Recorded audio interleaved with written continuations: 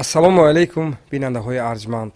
дар симои мустақили якум барномаи навбатӣ дар суҳбати соҳибдилон. ин барномаи дуюмини мо аст, чун гуфтем барномаи тозаэҷод аз зиндагиномаи нафароне ки соҳибдил ҳастанд, нафароне ки суханашон дар ин ҷомеа вазн дорад, нафароне ки бо худ бори таҷрибаи бисёр бои зиндагӣ бар дӯш доранд, нафароне ки сухани дили худро доранд ва гуфтание барои ин ҷомеа доранд ва онҳоро ба барнома даъват мекунем то аз суҳбатҳои онҳо баҳравар бошем, то аз сухани дили онҳо огоҳ бошем, то тавонем ки сухани дили онҳоро ба шумо бинандаҳои арҷманд расонида бошем. дар суҳбати навбатии мо устоди азиз, нависанда, драматург, публицист, нафаре ки ҳамешагӣ инсони доиму дар ҳаракат, нафари фаъоли ҷомеа, нафаре ки бисёр мавқеи баланди шаҳрвандӣ доранд, устод муҳиддини хоҷазод, меҳмони барномаи навбатӣ дар суҳбати соҳибдилон. устод шуморо хуш омадед мегӯям. ва устод муҳиддини хоҷазод нафаре ки дар баробари драматург, нависанда буданашон нафаре ҳастанд ки ҳамешагӣ бо барномаҳои симои мустақили якум ҳамкории зич доранд ва ҳатто ҳамин лаҳзае ки мо гуфтем ки устод мо чунин барнома дорем, бисёр бо хушнудӣ пазируфтанд, гуфтанд ки бошад ва аз ин гӯем фаъолнокиашон устода, аз ин гӯем хоксоришон арзи сипос мекунем. устод ҳамеша сеҳату саломат бошед. устод қаламкаш ҳастанд, ба қавли алами он кас қалам ҳаст ва ман мехостам оғози суоли ман дар мавриди он ки ҳамеша вақте бо бузургсолон ҳамсӯҳбат мешавем, ба онҳо аз айёми бачагиашон ёд кардан бисёр хушоянд аст. устод, барои шумо чӣ? бошед. дар ҳақиқат одам чӣ қадар умр бинад, пасту баландиҳои зиндагӣ мушоҳида кунад, таҷриба андӯзад, боз аз ҳама ширинтарин айём кадом айём гуфта, агар аз мӯйсафеди дунё дида, зиндагӣ дида пурсид, албатта бачагиашро ба ёд мебарад. лекин ҳамин қонунияти зиндагиам истисноҳо доштааст ки масалан агар аз ман аз айёми бачагӣ пурсон шавану хоҳанд ки ман баъзе лаҳзаҳое ба ёд биёраму вай кунам, агар барои ман хеле гарон мешад, хеле гарон мешад. гоҳо ҳатто худамам мепурсам ки чаро ин тавр, бесабаб не. бачагиҳои мо хеле дигар хел гузаштагӣ, дар мусофиратҳо, дар ғарибиҳо гузаштагӣ ва дар ҳамон бачагӣ мо ҳам айёми истилои фашистоя дар Русия асар гузарондагӣ. баъди истилои фашисто худо мо дар қатори он бадарғашудаҳое будем ки падарамо мударриси мадрасаи намозгоҳи ҳамин шаҳри Хуҷанд, солҳои 30 давраи кулаккунӣ ана ҳамон ҷараён ба гирифтор шуда, он каса соли 30-31 дар қатори 30,000 нафарҳои дигаре ки аз Осиёи миёнаю аз Ӯзбекистон буданд, ба Кавкази шимолӣ бадарға мешаванд. اونجا اکن بدرغه است، شرایط دیگر است. از همه مرکبش این بود که ما منمی از طبیعت گرم معتدل شهر خوجند عزیز با طبیعت سردترین کاوکاز دچار آمدیم که تا 50 درجه سردی ها داشت و همین سردی ها چه تاثیر دارد تصور کردن مشکل. خواه و ناخواه آدم غصه میگیرد، وای میگیرد، بسیار مرکبی ها داشت که همون نگویم بهتر میگوید آدم. بنابراین حتی نمونه یک نمونه ویش اگر در اون سردی ها خواه و ناخواه وفات فوت زیاد بود. بله. لیکن صاحب همون خاندان یک عضوی وفات کرده شه برده گور کافته گرانده نمیتونست، زیرا که زمین یخ بسته بود، بیلی تیزترین هم کافته نمیتونست.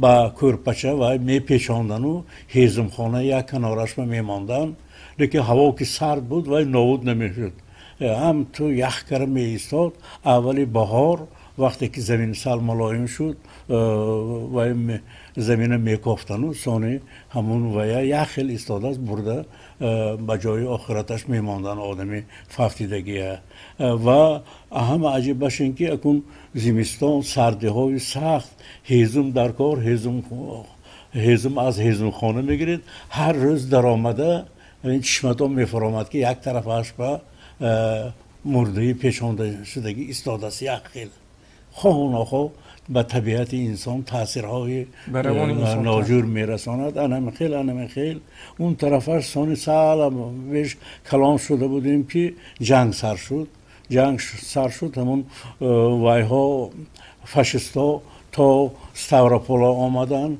از ستاوروپول راهی تا استالینگراد رفتن لیکن در استالینگراد مغلوب شده باز چپه گشتن بعد با همون جاهای خراب کردگی هاشون بار دیگر خراب کرده بعد گذشته رفتن همین هرچند که ما بچه بودیم با چشم بچگی و با گوش بچگی و با هوای بچگی برداشتیم من خیلی خدای شکر با غلبه رسیدیم و سال 46 با مادر ما حرکتی به وطن اصلی بازگشتن کردیم و سال 46 به وطن اصلی اول به خوجند ثانی به سمرقند و ثانی به دوشنبه که در آنجا بزرگوار ما شریک درس پدر عزیز ما صدرالدین عینی از سمرقند به دوشنبه کوچ بستند و ما هم از عقب آنها به دوشنبه کوچ بستیم همین طریق قریب که 50 سال عمر ما در دوشنبه گذشت و خدا را شکر که زینه به زینه یکم که به وطن برگشتیم دیگر اینکه همون امتیازهایی که ملت ما داشت درجه به درجه صاحب گشتیم مکتب تمام کردیم دانشگاه عالی تمام کردیم اول با کار تلویزیون وارد گشتیم ثانی با کار مجله صدای شرق وارد گشتیم و رفته تا به درجه نویسنده خلقی تاجیکستان رسیدیم. سلام باشید استاد من به قول یک حکمتی مشهور است میگویند که هیچ کس از پیش خود چیزی نشد همین ذوق نوشتن ایجاد کردن در شما کی گوییم پیدا شد هنوز از اوانی بچگی و کی رو در همین کار استادی نخستین خود میدانید؟ باشید در حقیقت از همین گلچینی گپ هایم پی بردید که بچگی سخت گذراندیم زمان سخت دوره سخت غصه ها سخت چی علاج یابم که همین محیط بیرون شوم گفته خواه و نخواه رو به ادبیات می آوردید از بس که اونجا محیط روسی بود همه مکتب روسی مطالعه روسی همه روسی بود و همانجا ما با ادیبان روس انتون پاولویچ چیخوف داستایوفسکی و غیره حتی نام یک حکایه چیخوف غصه نام دارد انمو غصه خوانده پای بردم که همین آدم اگر غصه خودش رو روی کاغذ بیارد آنچه دلش سبک می شود چهرش گشاده می شود من همین راه جسته سکین به همین راه خودم وارد گشته اول از حکایه ها سر کردیم بعد به پاویس ها گذاشتیم و نهایت همین رو باید گویم که در دوشنبه که زندگی می کردیم سالهای 60 اوج بنیادی ایستگاه برق نارک سر شد و در یک مجلس بزرگوار ما میرزا ترسنزاده دعوت کردند که از همه گوشه کنار سابق اتفاق شوروی ادیبا شاعرها آمده ایستادند پوبلیسیستا اثر نوشته ایستادند چرا ما خاموش گفتن همین چیز به من بچه جوانتر که ما بیش تاثیر کرد و من به نارک رفتم این سوال نوبتی من میشه این مسئله به حتما برمیگردیم به هر صورت چیزی که شما گفتید میگوید که یک شاعر به نظرم بیدیل بود این سبک بیدیل به نظرم سبک هندی میگوید هر سخنسنجی که خواهد سعی معنی ها کند چون زبان می باید اول خلوتی پیدا کند این یک تفکر می کند یک فضای باید باشد که فکر کند بعد یک چیزی گوید و نویسد یعنی انا همون عامل ها انا همون مشکلات اجتماعی که شما داشتید گویم سبب شد که از این تنگنا بیرون بروید گویم وای اون دلی که در تنگنا مانده بود بیرون برآمد و اون چیزی که بود روی کاغذ آمد. دوستان در مورد ادامه منطقی همین بعدا مسئله اشتراک شما در ساختمان نورک صحبت می‌کنیم. از حضرت نوح میپرسن که ای نوح که زیاد از 900 سال عمر دیدگی میپرسن که ای نوح این دنیا رو چگونه دریافتی؟ بعد میگه این دنیا رو به مثل یک سرای دو در دریافتم که یکی دری درآمد دارد و دیگری دری برآمد. شما همین در فاصله عمر خود همین دنیا رو همین زندگی رو همین در دنیا زیستن و آدم بودن رو چگونه مثلا دریافت در حقیقت اول انسان رو پروردگار همین خیلی آفریده بود است که همیشه تشنه زندگی تشنه معنی زندگی تشنه بنیاد زندگی و کوشش میکرد است که با اون چیزی که کم و بیش وارد گشت قناعت نمیکرد است همیشه در جستجو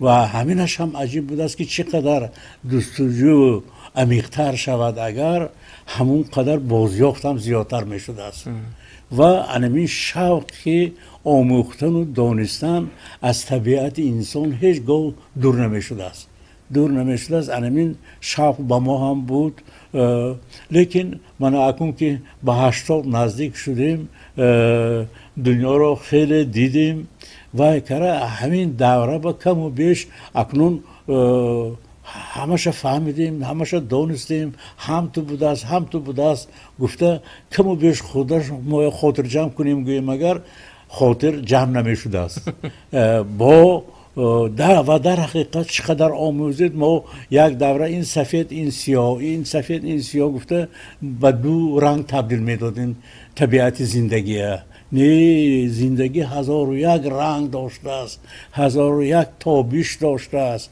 و همه مهمش 1001 فهمش داشته است که ما گاها هم تو هر دنیا تا هستیم همین دنیا سانه همین که تمام گفته نگی یک دنیاهای دیگر بود است که اگر نه همه به این باور میکند لیکن وارد شود و همه نکته هاش اگر فهمد اگر وای دنیایم نه کم از دنیای دیدهاتان بود است که یعنی چقدر تحقیق عمیق‌تر شود اگر همون قدر دنیا شیرین‌تر میتافت است و 70 و 80 عمر پایان عمر نبوده است و حواله با خودش میکنید که مادامی که با یک در آورد حواله میکنید که صاحب این درم خودش و کدام روز ساعتی که مناسب میبیند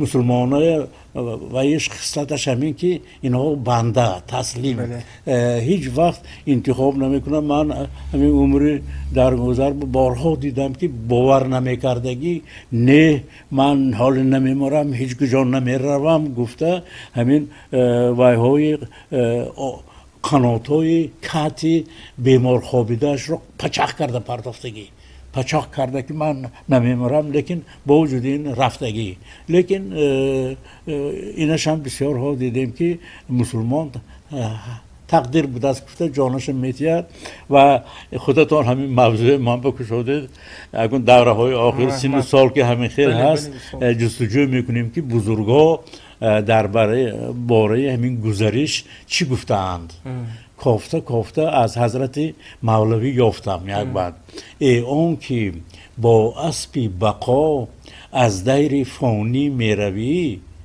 دانای و بینای رهی آنجا که دانی میروی با دانسته یعنی رفتن آسانتر بود است نسبت به منکری که دیگر دنیا نیست گفته که منکر میشود انمین کتی و ابدا پدرود میگوید با زندگی بنابراین همیشه به هر باور از ناباوری بهتره همیشه انسان با باور زنده تمام عمرش باور میکند و زندگی میکند و همه بار میبردارد کار میبردارد با باوری لیکن همطور که ناامید شد و از باور بیرون شد یعنی باید از زندگی هم بیرون شد گوییم خطا نمیکنیم. تشکر. درست استاد. برای بیننده های یک نکته رو گفتنی هستم که استاد عزیزیمو از نفرانی هستند که به واسطه در روند ساختمان نیروگاه آبی برقی نورک اشتراک کردن سالهای 60 و خودی استاد اگر خطا نکنم 1 سال در آنجا زندگی کردن همراه ساختمانچیان و همچنین باز 4 سال دیگر هر روز رفته می آمدن و یک رمان پوبلیسیستی بسیار یک رمانی گوییم با ارزش با نام آبروشنایی تالیف نمودند که در تاریخ ادبیات معاصر تاجیک واقعا جایگاه خود را دارد که یک اثری پوبلیسیستی نفری که رفته دیده اون چیزی که دیدند روی کاغذ آوردن. استاد باقی سخن به زبان شما. با دعوت بزرگوار ما میرزا ترسونزاده ما به نارک رفتیم. اکنون هنوز جوان بودیم و نمیدانستیم که این رفتن چی حاصل میتید لیکن هر کس که خودش نیتش نگیرد و عزمش قوی گیرد اگر خودی محیط با وی مددگار میشده است همین وارد شدن به محیط مردمی کارگر وارد شدن به طبیعت ساختمان وارد شدن و مناسبت های نوی استحصالی که هم تو در زندگی گاه پی نمیبرید دچار شدیم و همین رابطه ها همین پیوست ها خود آدم پیش از همه تربیه میداده است نظرش چقورتر میکرد است دیدش عمیقتر میکرد است و اندیشه هاش هم فراختر میشد است و نیت ابتدایی ما یک قصه یک پویست نوشتن بود پویست نوشته شد لیکن این تو پای بردم که گویا از بحر یک قطره نوشته شد چرا قطره دیگه ما علاوه نکنیم گفته با عزم قسم دوم نوشتن قسم سوم نوشتن 3 قسم شد و با هم پیوست و یک رمان شد همون جای هم اکن همیشه همکسب غیور همکسب در محاکمه ها خیلی گپ زدن لیکن مرحوم سید میرشکر سخنشان در گوشم حالی هم نقش بستگی او رفیقا اینقدر محاکمه دراز میکنید از هر یک ورق این رمان بوی نارنج میآید همین برای مؤلف تعریف عالی ترین و بزرگترین این هم یک طرف کار من سالها گذشت بعد نارک راغون سر شد راغون هم با پیچ تابای زیاد سر شد یک قسم خواستن که بنیاد شود یک قسم نخواستن که بنیاد شود شاسی ساختمان شکسته شد همین کتی ساختمان لط یافت اگر همون سالهای 70 و 80 ساختمان راغون لط نمی یافت و بنیاد میشد ما با آن تنقیصی ها و سختی های زندگی سالهای 90 دچار نمی شدیم. من نارک بود که برق میداد به هر حال خانه های مردم چراغان بود استحصالات کار میکرد اگر راغون هم همان وقت بنیاد میشد ما بتون مرتبه دیگر به میرسیدیم لیکن چه عجب که از محیط خدا ما میخواستگی هایم پیدا شدن نمیخواستگی هایم پیدا شدن اگر در نارک مردم محل از بسوادترینش تا بیسوادترینش سخت به ساختمان چسبیده باشند در راغون منفعت های خوردی زندگی از منفعت های جمعیت بالا گذاشتم قبرستان ما تگی آب میماند مزار علی گلبان تگی آب میماند گفته یک بهانه میده ترین دلیل آورده شاسی ساختمان شکستن چه خوش که من دوره استقلالیت با ساختمان سر شد لیکن چخیل استقلالیت بنیاد کردیم و اثر گذاراندیم همه ما میدانیم هنوز وطن حکومت سرور با قدرت نداشت که یک بار راغون سر کند. ما بتون بعد جنگ 90 شلپر شده بیمدار شده مانده بودیم. بنابر همین از سنگتوده یک سنگتوده دو سر کردیم. کمو بیر که اقتدار پیدا شدیم باز برای وارد شدیم. من شکر که پیش از همه با اراده سخت پرزیدنت محترم پیشوای ملت این ساختمان بنیاد یافته ایستاده است وگرنه مانع های زیادی بود و چی شکر که همین سال نصیب باشد از روی وعده و واعظ اگریگت یکم به کار می درآید. همین غلبه اگر ما به غلبه استقلالیت و به استقلالیت رسیده باشیم اگر اگریگت راغون به کار درآید ما به استقلالیت اقتصادی وارد میشیم. بنابر همین ما افتخار داریم که همان سالها همین با دویم ساختمان و سیوم ساختمان و با بعد نارک با راغون رفتن و با سنگتوده رفتن این هم تو خواهش من نبود. خود جریان زندگی غیرت زندگی ما را هم طرف روانه کرد. رمان سیگانه نوشتیم و با دست مبارک پرزیدنت محترم ما صاحب آردن نویسنده خلقی تاجیکستان شدیم. همه مهمش من اکنون امروز من رو به 80 آورده ایم و کرا خیلی تجربه حاصل شد که چرا عادتا نویسنده هایم دردهای مخصوص دارن. گیپرتانیا، دولینیا این وای گاهو من حیران میمانم که چون من این دردها هنوز سن و سالم موافق باشدم گرفتار نیست. ثانی فهمیدم که انمون زحمت های سخت جوانی طبیعت اصیل ناز و نعمت دهات مددگاری کرد که من این گونه خودم نگاه داشته آمدم. بنابراین من 100 کرات تشکر میگویم به همان دور به دوره که میرزا ترسنزاده و بزرگای دیگر بودن و 100 تشکر دیگر به این دور میکنم که من از همین محیط کارگری و محیط طبیعی و محیط اصیل بیرون نکردم. سلامت باشید. تشکر استاد، سلامت باشید. واقعا استاد اینجا دو مرتبه اشاره نیز رفت که امسال نویسنده خلقی تاجیکستان استاد محیدین خواجه‌زاد به سن مبارک 80 میبرایند و استاد پیش از همه من به شما تنی صحت عمری بردوام همیشه به قول عمری کتاب‌های پر ارزش آرزو میکنم استاد، چون شما نفری هستید که واقعا وقتی ما دعوت کردیم خود استاد گفتن که من پیاده میروم، شما زحمت نکشید. خود استاد یک زندگی گویم سالم، گویم طرز حیاتی سالم را برای خودشان انتخاب کردند و فکر میکنم همین پیاده گشتن و راه رفتن هم یکی از گویم واسطه های خوبی سالم بودن و سلامت گشتن است. استاد همیشه صحت و سلامت باشید. سلامت باشید. استاد یک سوال نهایی من در موردی چون بیشتر استفاده برنده تکنیک امروز جوان ها هستند که اینقدر بلد هستند خوب استفاده میکنند و این برنامه ما رو نیست این لحظه جوانان نیست تماشا دارن، من باوری دارم و به سخنهای شما توجه میکنن، از سخنهای شما برای خودشان بهره میگیرن و اگر من به شما گویم که استاد 3 مصلحتی که مهمترین برای جوانان امروز دادن میخواهید کدام ها خواهد بود؟ سلامت باشید. اکنون در حدود 3 محدود کردن مشکلو، لیکن اگر کوشش کنیم اگر میشد. پیش از همه بردی اولین درجه جوانا این جوانی، سن سال جوانی این یک دولتی هست که این دولت پول کتی دلار کتی دیگر چیزا کتی خرید نمیشد. اولا جوانا باید به قدر جوانی خود رسند.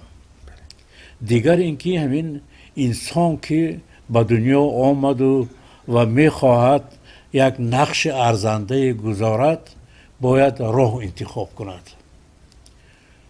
ما میدانیم که در زندگی 1001 راه هست. راه های کج هست، کج و کلیپ هست، راه های شایم و ناشایم هست، لیکن راه راست راه جمعیت است.